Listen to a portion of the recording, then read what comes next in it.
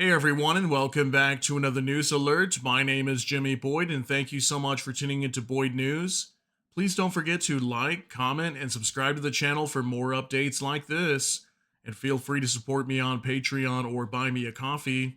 Links are in the description below the video. All right, good morning and happy Monday, and thank you for returning for more war news out of Ukraine and Russia. Hope you all had an amazing weekend. We've got a lot to talk about today regarding this war. In a large majority of this video, we'll be discussing strikes on critical energy infrastructure as both sides, Ukraine and Russia, continue battering each other's electrical grid. I have a news story today that Ukrainian officials are warning Russia is preparing to up the pressure on Ukraine by attacking one of its largest nuclear power plants. I've got this news story for you on your screen. It says Russia plans attack on Ukraine's Zaporizhzhia nuclear power plant. Russia is preparing to target Europe's biggest nuclear power plant's power lines in a move that could unfold within days, according to a source familiar with the matter. Okay, so very interesting story this morning. I did a little bit of research on why Russia might be trying to target this nuclear power plant. Now, we talked about this back on Saturday. We had reports coming out from Ukraine's Military Intelligence Directorate, also known as their HUR. They were reporting that Russia is preparing to attack multiple nuclear power plants inside of Ukraine. Now, this news story today, allegedly being released from Fox News, is reporting that Ukrainian officials are warning that Russia may target power lines or an electrical substation connected to the Zaporizhzhia nuclear power plant. Now, what's very dangerous about this is if the power gets cut off to this plant, we could have a nuclear accident. We know the nuclear power plant over here is not currently in operation. It is not producing electricity. It's basically been shut down for several years since Russia took it over at the start of the war. But it still requires power to keep these reactors cool. Okay, so we know that also when the power gets cut over here, they have to run on diesel generators to keep the plant running and keep these reactors cool.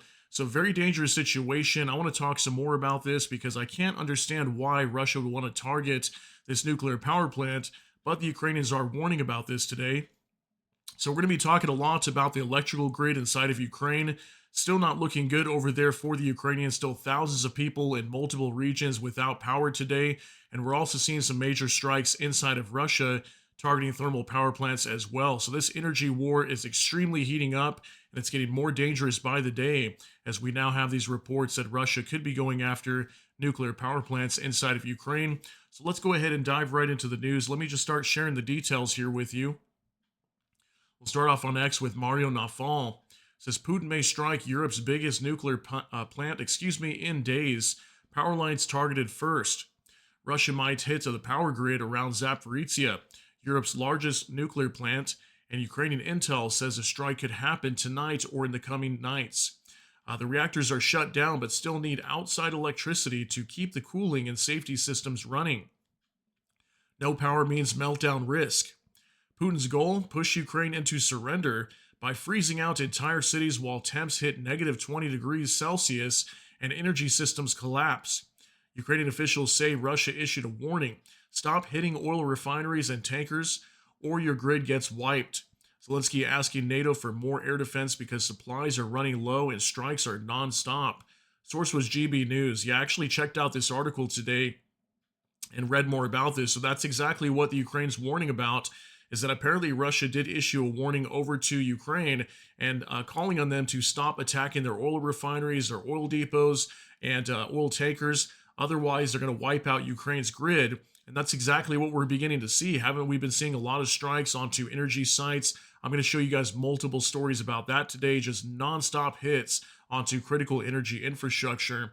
And right now, we've also been hearing that Ukraine recently ran out of air defense supplies, interceptors especially. Multiple systems were without missile interceptors. They recently got a new batch in, but Zelensky's warning this is not going to be enough because these strikes are nonstop right now on their electrical grid. So let's keep moving.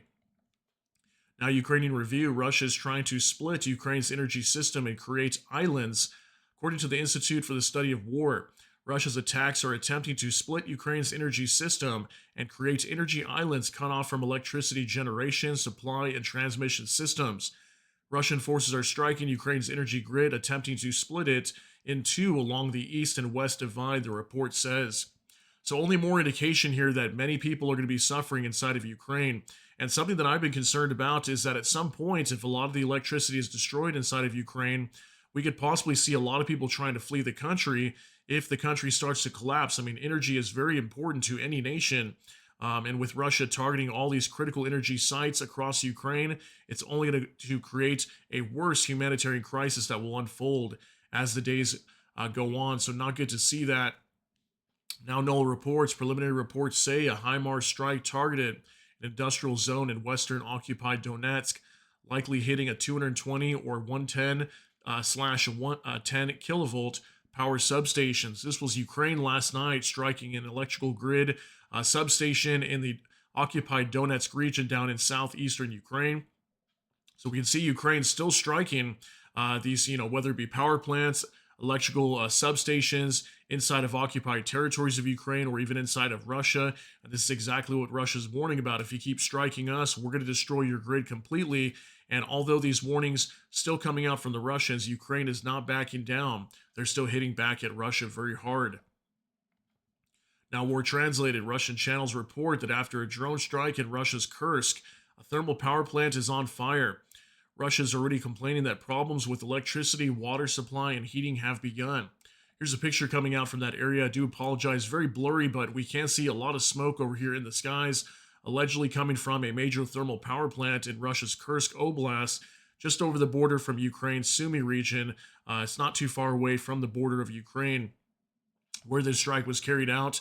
So you can see these attacks still continuing onto electrical substations and thermal power plants inside of Russia as well. Now, Special Kursin Cat, a precise deadly strike on the Russian S-400 air defense radar while it was moving. Yeah, I've got a couple of reports today. New videos coming out from Ukraine showing destruction to air defense equipment. This was going to be an S-400 system while it was traveling, most likely inside of southern or eastern Ukraine, maybe even inside of Russian territory. We had complete destruction reported there. So I'm not sure how recent some of these videos are because the Ukrainian military was releasing some compilation videos today showing lots of different strikes that took place in 2025. So most likely, if this didn't happen in the recent days, these were videos coming out from last year that have only been released today. Here's another one. Special Kursin Cat, the rare Arctic version of the Russian TOR air defense system, a TOR M2 DT, is destroyed by the SSU at the front, suggesting that sustained pressure is forcing Russia to redeploy systems intended for vastly different environments. So we've got an Arctic version of a TOR air defense system that was also destroyed probably down in southern Ukraine or possibly in Russian territory. A lot of these are stationed down in Crimea. That's possibly where this strike was carried out. But we can see another Ukrainian strike drone completely hitting that thing and destroying it, catching on fire. Now from Tendar, Ukrainian forces struck with a single drone 2 Russian Panzer air defense systems parked under a hardened bunker. So one more video coming out today also showing Panzer air defense systems being destroyed inside of a hardened bunker. You can see here also, looks like a huge fire ensued soon after we had these drones going right into this bunker, striking 2 of these systems and catching them on fire and destroying them. So lots of air defense systems being destroyed. And we know last year there was just dozens of them being hit. Reported many of those to you guys in the recent past. Now raging 545, 2 loud explosions are claimed to have been heard near the Livoberezhny district of Russian-occupied Mariupol. There are claims online of possible Ukrainian missile strikes.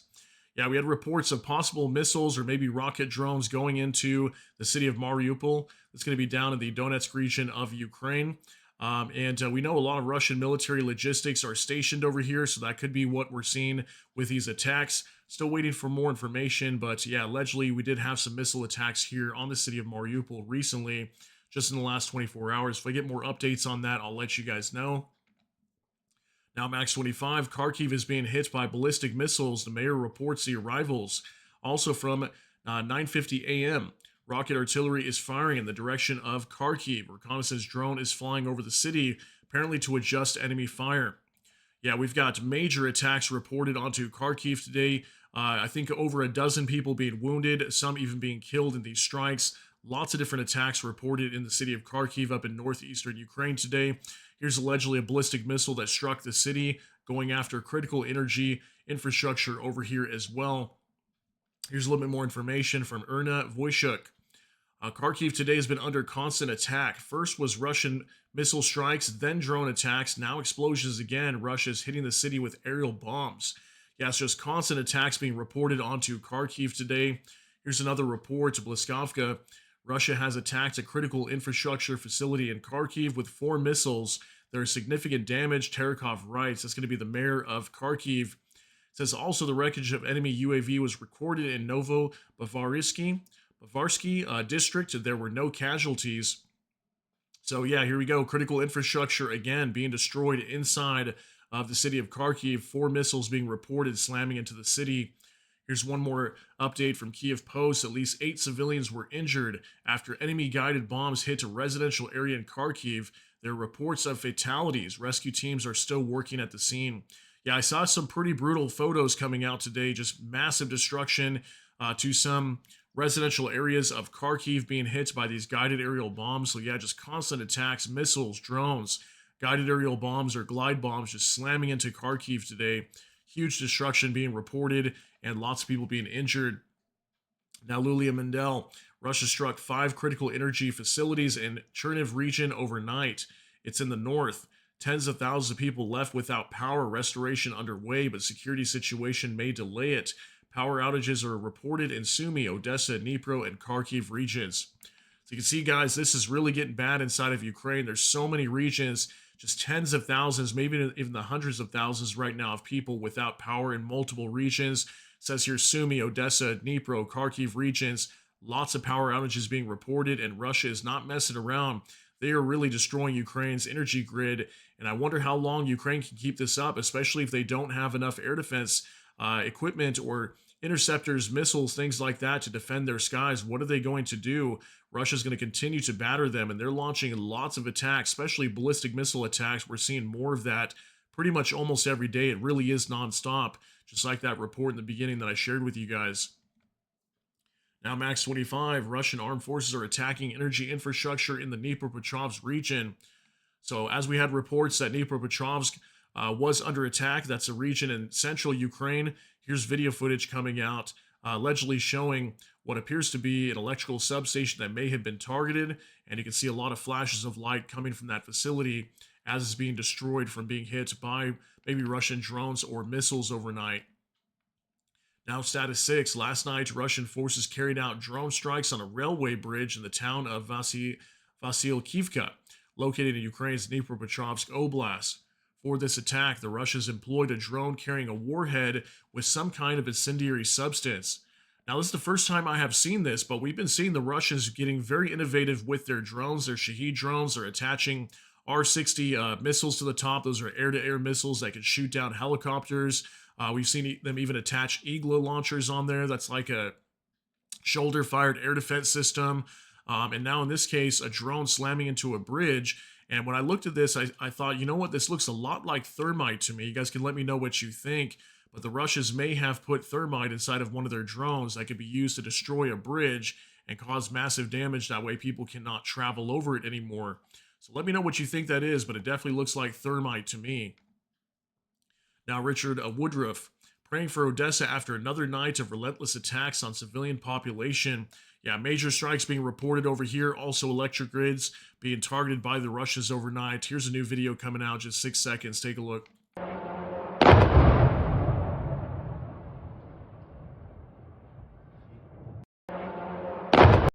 All right, just a quick clip right here, but we can see a Russian drone slammed into most likely a building is what it looks like. We can see the top of a roof right there, and just on the other side of it, a drone slamming into the city.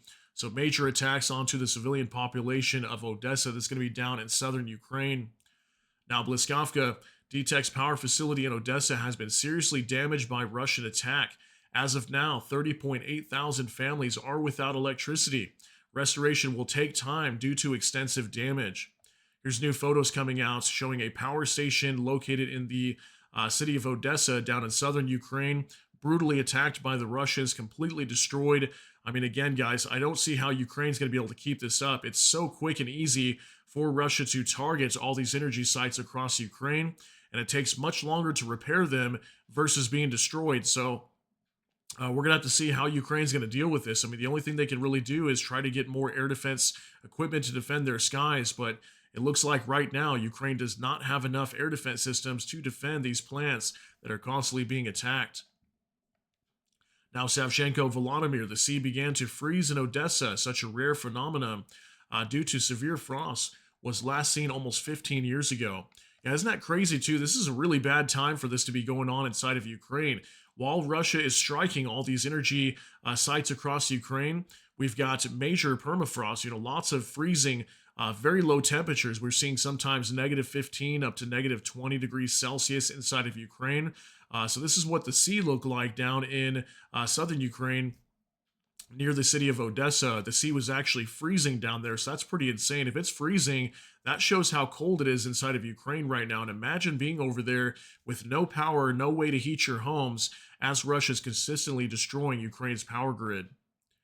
Now, Lulia Mendel, severe power crisis in Ukraine, even without emergency outages. Blackouts can now last over 16 hours a day in affected regions, warns Yasno CEO Suri Kovalenko. Ukraine is shifting to stricter schedules with 4.5 to 5 queues out of 6, making old patterns 7 hours off or 3.5 hours on obsolete. With 5 to 6 restrictions, power may be absent for most of the day. This is the new reality. Dnipro and Dnipropetrovsk region already live under these rules. In Kiev, emergency mode means roughly 3 hours with power, 10 hours without, plus local network failures, leaving homes without heat. Russian attacks remain the main factor. No clear timeline for improvement amid freezing temperatures and damaged infrastructure. Ukrenergo reports emergency cuts in several regions this morning. Schedules apply nationwide. This is what endless war looks like. Wild to even think about this, guys. Can you imagine 3 hours with power, 10 hours without? That is not enough time to get your home heated up and utilize the things that you need, charge your cell phone, whatever it might be. No power inside of Ukraine. We had reports last week too. Volodymyr Zelensky was saying they only had about 60% of power generation available for residents inside of Kiev. So that means hundreds of thousands of people going without power consistently for hours a day, sometimes 8 to 10 hours or longer. Very little power for people to use during the day inside of Ukraine. Not good to see. Here's one more video now. EMPR Media. Ukrainians now set up tents inside their apartments to stay warm with their pets amid no heat from Russian strikes. This is Russia's ongoing genocide, freezing homes while it's minus 14 degrees outside. Freezing hope, but not spirit. Yeah, if you check this out right here, negative 14 degrees inside of Kiev today. Can you believe that? I've got a video for you guys. Let's check this out. Коротше, то що світа нема, то всі ні для кого не новость. Ну, нам надо з котом як-то гріться. Правильно, кот? Короче, замутил себе в спальне, прям на кровати, палаточку. И мы с котом сейчас сядем. Хопа, свет у нас тут кемпинговый. Да, кошак? Будем гріться, короче, тут такое у нас жилище. Хопа, закрився. И все, там будет тепло, короче. А что делать? А что делать? В хате холодно. Короче, то что свет. All right, so this is what it's like for life for residents inside the capital of Kiev, having to set up tents inside their own apartments just to stay warm and get a little bit of extra heat. So can you imagine that? I mean, I even saw some photos that were coming out last week that were showing some of the stairwells inside of these residential apartment buildings where people have to walk up to get to their units. There was icicles forming on these stairwells, even on the steps themselves and the railings. I mean, it is extremely cold inside these apartments, guys. For all you guys out there with heating, central heating inside of your home, be extremely grateful because these people out here in Ukraine are suffering massively due to this war right now. Now, Bliskovka, Kremlin envoy Dmitriev will arrive in Davos for meetings with Americans, according to Reuters. Earlier, NSDC, that's the National Security Defense Council Secretary Umerov, said that negotiations with the U.S. officials on the peace plan would also continue at the World Economic Forum in Davos. In addition, Trump will personally attend this year's forum meeting. Last year, he joined via video link. So here's a report. Putin's special envoy Dmitriev to travel to Davos, meet members of U.S. delegation, sources say. Okay, so during this meeting of the World Economic Forum coming up soon, apparently Trump is going to be there, and we're going to have a U.S. delegation meeting with the Russians, and I believe the Ukrainians might possibly be there as well. They're going to be continuing negotiations to try to end this war. So it looks like while they're there, they'll be talking on how to get a resolution to end the fighting, get a peace plan signed, and all that. So we'll probably be hearing more news about this soon. So Kirill Dmitriev will be heading over there to Davos, Switzerland, to meet with the U.S. Now, War Translated, the Kremlin spokesperson stated that Putin has received a diplomatic invitation to join the so-called Peace Council on the Gaza Strip initiated by U.S. President Donald Trump. It says, quote, "We are currently studying all the details of this proposal. We look forward to contacts with the American side to clarify all the nuances," Peskov stated.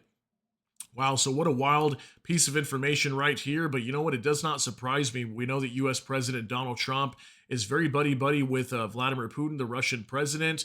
You know, the most we ever hear coming out from Trump when he talks badly about Vladimir Putin is really all he'll say is just, "I'm very disappointed in Vladimir Putin for not wanting to end this war."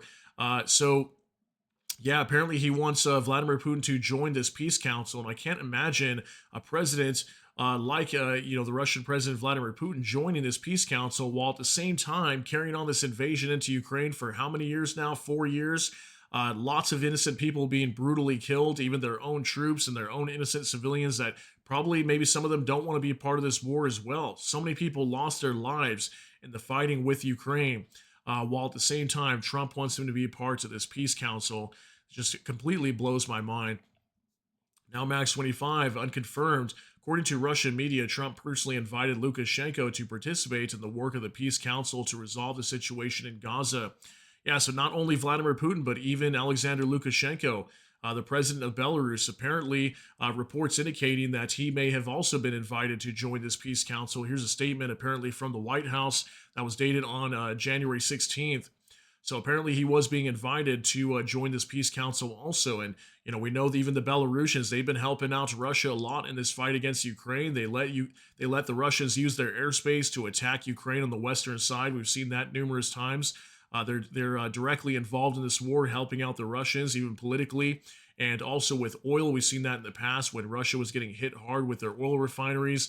They're upping production in their own country to help out Russia. So clearly involved with this war as well. On top of that, Trump inviting them to become part of this peace council. Now, Vicegrad 24, one of India's largest state-owned refineries, is preparing to buy Venezuelan oil instead of Russian crude. State-owned Mangalore Refinery and Petrochemicals Limited is exploring the possibility of sourcing Venezuelan oil as it phases out imports from Russia to comply with Western sanctions.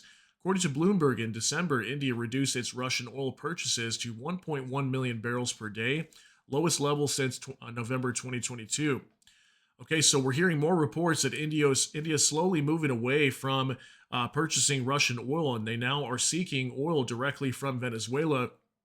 So very interesting. It looks like they are moving away and they are very concerned about these sanctions. We've been seeing so many reports about this for weeks now. Many different major refineries slowly pulling away from purchasing Russian crude, now starting to look towards other regions of the world. Apparently they were looking at the Middle East at one point with like the UAE, but now looks like they're setting their sights for Venezuela. Now, military news UA. According to Bloomberg, due to significant technical shortcomings, Ukraine has frozen new contracts for the supply of German HX-2 loitering munitions from the company Helsing. The drones performed poorly during takeoff tests and lost connection due to electronic warfare, which is EW or jamming on the front line. In 2024, there were plans to jointly produce 4,000 of these drones. So here's some photos coming out, apparently, of this German HX-2 loitering drone from the company Helsing. So apparently these did not perform very well on the front line. These were reported to be starting to be used inside of Ukraine last year, and 2 years ago in 2024. But apparently they did not perform very well on the battlefield. They were easily taken down by the Russians. So it looks like Ukraine has halted all contracts for right now with the supply of these drones. Maybe we'll get some updates on these later if they can fix them, but apparently not very effective on the front line. Now, Bliskovka, air defense forces shot down or suppressed 126 out of 145 Russian UAVs. There were 13 strike UAVs hit at 12 locations, and downed UAVs wreckage fell at 5 locations. The attack continues with several enemy UAVs in the airspace. Here's our report today, guys. 145 drones going into Ukraine overnight. That's a pretty massive attack onto Ukraine. 126 being shot down, though, allegedly, although we did have reports on that critical infrastructure was attacked overnight with drones and missiles. But other than that, pretty good numbers coming out from Ukraine from their air defense teams. Now, the Kyiv Independent, these are the indicative estimates of Russia's combat losses as of January 19th, according to the Armed Forces of Ukraine. Here's our final report: 1,020 troops, 3 AVs, 170 vehicles and fuel tanks, 2 tanks, 39 artillery systems, 765 UAVs, 1 MLRS, and 1 special equipment. Okay, so pretty average numbers across the board here, not seeing too many major fluctuations. So 1 special equipment being destroyed, we usually see 0 for this category, but today 1 was hit there. 1 MLRS, usually seeing 1 to 3 on average. 39 artillery systems, these are probably pretty average numbers, right around 20 to 30. That's what we typically see there. Tanks and AFVs, average numbers here. Vehicles and fuel tanks still up quite a bit. These numbers have been elevated for several weeks now, closer to like 150 to 200 per day. And then troop losses, right about their average numbers. You usually see about 900 to 1,000 there. Sometimes we've seen some increases up to 1,400 as of the last week or two. But guys, I want to thank you so much for tuning in for today's update on January 19th, 2026. And I hope you all have a wonderful Monday out there. Have a great start to your week. Let me know what you think about all these details down below in the comment section. That's going to be it for today's update. If you got something out of this, please smash that like button. Also, if you enjoy my content, please consider subscribing down below. Hit the notification bell. That way YouTube can notify you. With that, hope you all have a great day. Everybody take care and God bless, and we'll see you in the next one.